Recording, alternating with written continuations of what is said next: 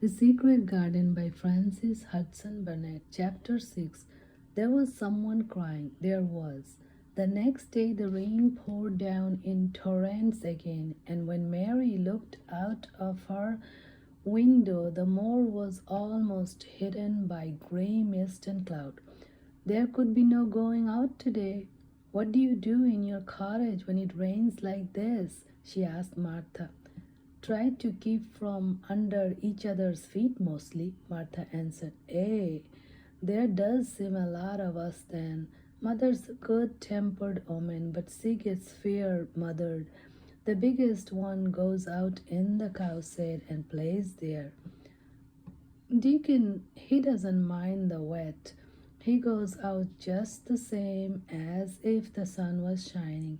He says he sees things on rainy days as doesn't so when it's fair weather. He once found a little fox cub half drowned in its hole and he brought it home in the bosom of his shirt to keep it warm.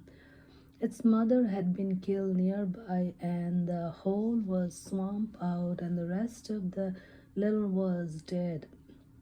He's got it at home now. He found a half-drowned young crow another time, and he brought it home too, and tamed it. Its name Soot because it's so black and hops and flies about with him everywhere. The time had come when Mary had forgotten to resent Martha's familiar talks. She had even begun to find it interesting and to be sorry when she stopped or went away. The stories she had been told by her Ayah when she lived in India had been quite unlike those Martha had to tell about the moorland cottage which held 14 people who lived in 4 little rooms and never had quite enough to eat. The children seemed to tumble about and amuse themselves like a litter of rough, good-natured collie puppies. Mary was most attracted by the mother and Dickon. When Martha told stories of what mother said or did, they always sounded comfortable. If I had a raven or a fox cub, I could play with it, said Mary. But I have nothing. Martha looked perplexed. Can the knit? She asked. No, answered Mary. Can the sew? No.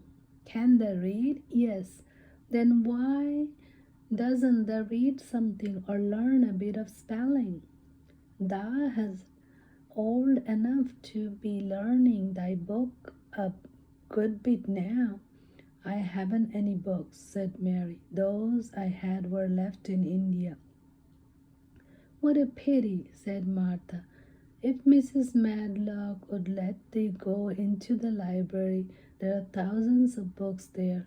Mary did not ask where the library was because she was suddenly inspired by a new idea. She made up her mind to go and find it herself. She was not troubled about Mrs. Medlock. Mrs. Medlock seemed always to be in her comfortable housekeeper sitting room downstairs. In this square place, one scarcely ever saw anyone at all. In fact, there was no one to see but the servants, and when their master was away, they lived a luxurious life below stairs, where there was a huge kitchen hung about with shining brass and pewter, and a large servants' hall where there were 4 or 5 abundant meals eaten every day, and where a great deal of lively romping went on when Mrs. Medlock was out of the way. Mary's meals were served regularly, and Martha waited on her, but no one troubled themselves about her in the least. Mrs. Medlock came and looked at her every day or two, but no one inquired what she did or told her what to do. She supposed that Perhaps this was the English way of treating children. In India, she had always been attended by her Ayah, who had followed her about and waited on her hand and foot. She had often been tired of her company. Now she was followed by nobody and was learning to dress herself because Martha looked as though she thought she was silly and stupid when she wanted to have things handed to her and put on. "Hasn't the got good sense?" she said once when Mary had stood waiting for her to put on her gloves for her. "Our Susan Ann is twice as served as thee, and she's only 4 years old. Sometimes thou look fair soft in the head."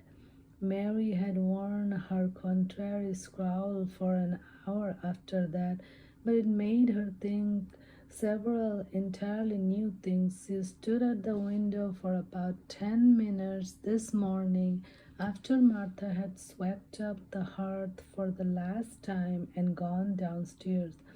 She was thinking over the new idea which had come to her when she heard of the library. She did not care much about the library itself because she had read very few books, but to hear of it brought back to her mind the 100 rooms with closed doors. She wondered if they were all really locked and what she would find if she could get into any of them. Or were there 100 really? Why shouldn't she go and see how many doors she could count? It would be something to do on this morning when she couldn't go out. She had never been taught to ask permission to do things, and she knew nothing at all about authority, so she would not have thought it is necessary to ask Mrs. Medlock if she might walk about the house, even if she had seen her. She opened the door of the room and went into the corridor, and then she began her wandering. It was a long corridor and it branched into other corridors, and it laid her up short flights of steps which mounted to other again. There were doors and doors, and there were pictures on the wall, trees. Sometimes there were pictures of dark, curious landscapes, but often they were portraits of men and women in grand costumes made of satin and velvet. She found herself in one long gallery whose walls were covered with these portraits. She had never thought there could be so many in any house.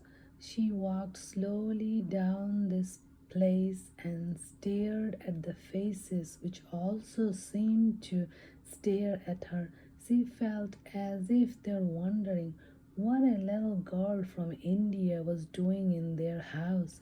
Some were pictures of children, little girl in thick satin frock which reached to their feet and stood about them, and the boys with puffed sleeves and lace collars and long hair, or with big ruffs around their necks. She always stopped to look at the children and wondered what their names were and where they had gone and why they wore such odd clothes. There was a stiff, plain little girl, rather like herself. She wore a green brocade dress and held a green parrot in her finger. Her eyes had a sharp, curious look. "Where do you live now?" said Mary aloud to her. "I wish you were here. Surely no other little girl ever spent such a queer morning." It seemed as if there was no one in all the huge rumbling house but her own small self. wandering about upstairs and down, through narrow passages and wide ones, where it seemed to her that no one but herself had ever walked. Since so many rooms had been built, people must have lived in them, but it all seemed so empty that she could not quite believe it's true. It was not until she climbed to the second floor that she thought of turning the handle of a door. All the doors were shut, as Mrs. Medlock had said they were, but at last she put her hand on the handle of one of them and turned it.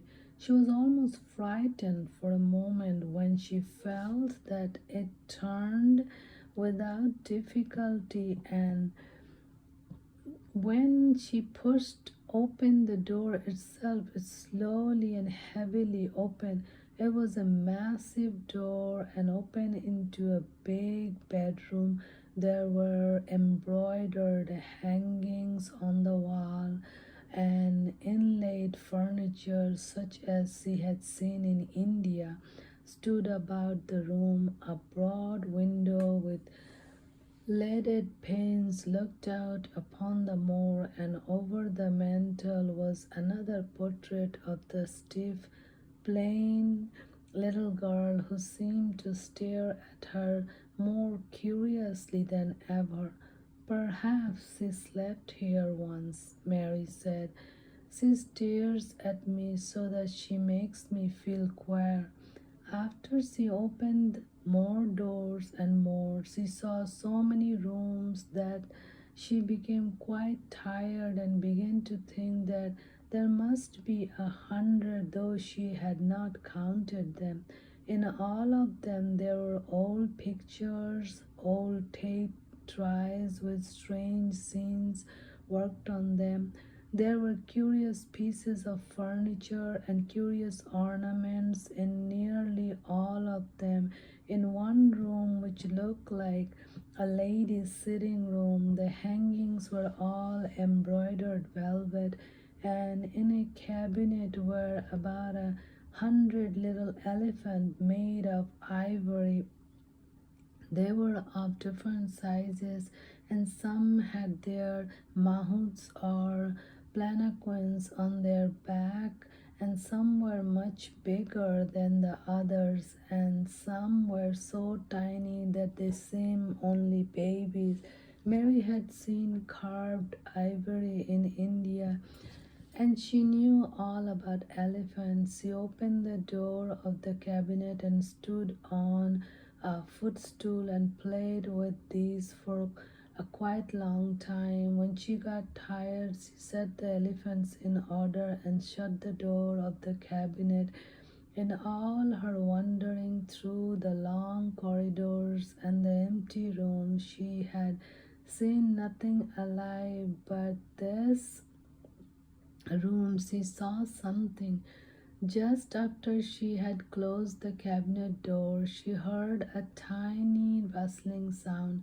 It made her jump and look around at the sofa by the fireplace, from which it seemed to come.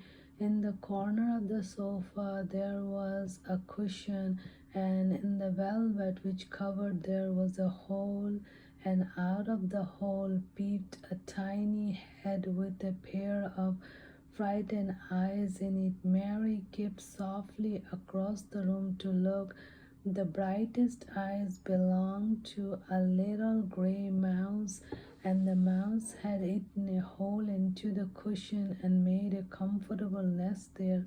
6 baby mice were cuddled up asleep near her. If there was no one else alive in the 100 rooms, there were 7 mice who did not look lonely at all. "If they wouldn't be so frightened, I would take them back with me," said Mary. She had wandered about long enough to feel too tired to wander any farther, and she turned back.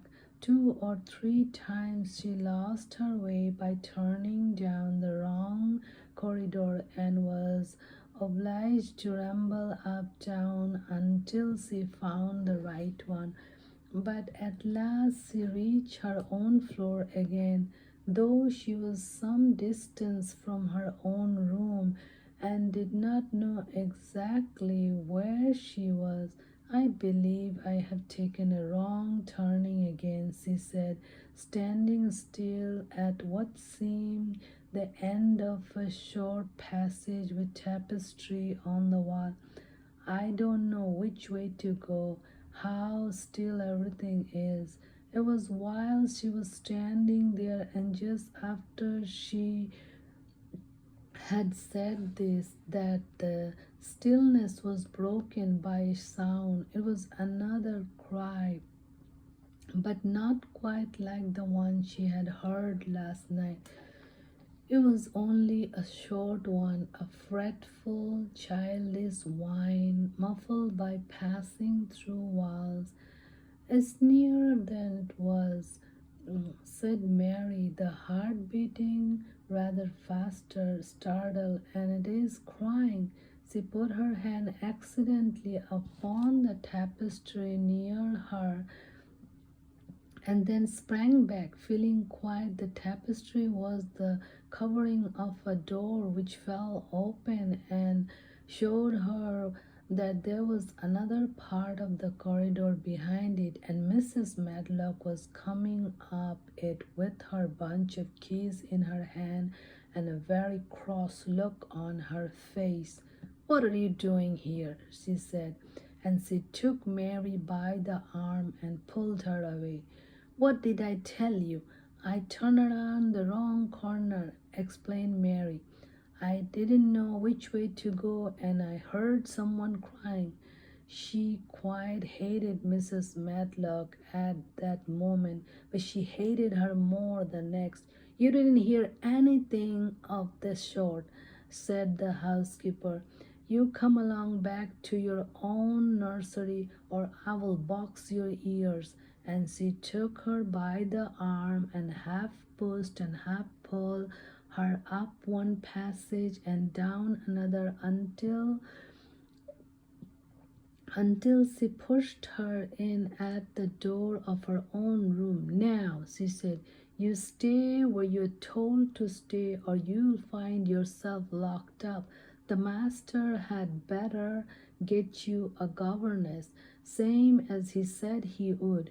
You're one that needs someone to look sharp after you.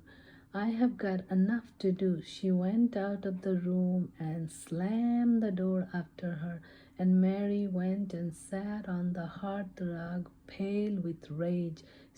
She did not cry, but grinded her teeth. There was someone crying there. There was, she said to herself. She had heard it twice now, and sometime she would find out. She had found out a great deal this morning. She felt as if she had been on a long journey, and at any rate she had had some things to amuse her all the time, and she had played with the ivory elephants and had seen the gray mouse and its babies in their nest in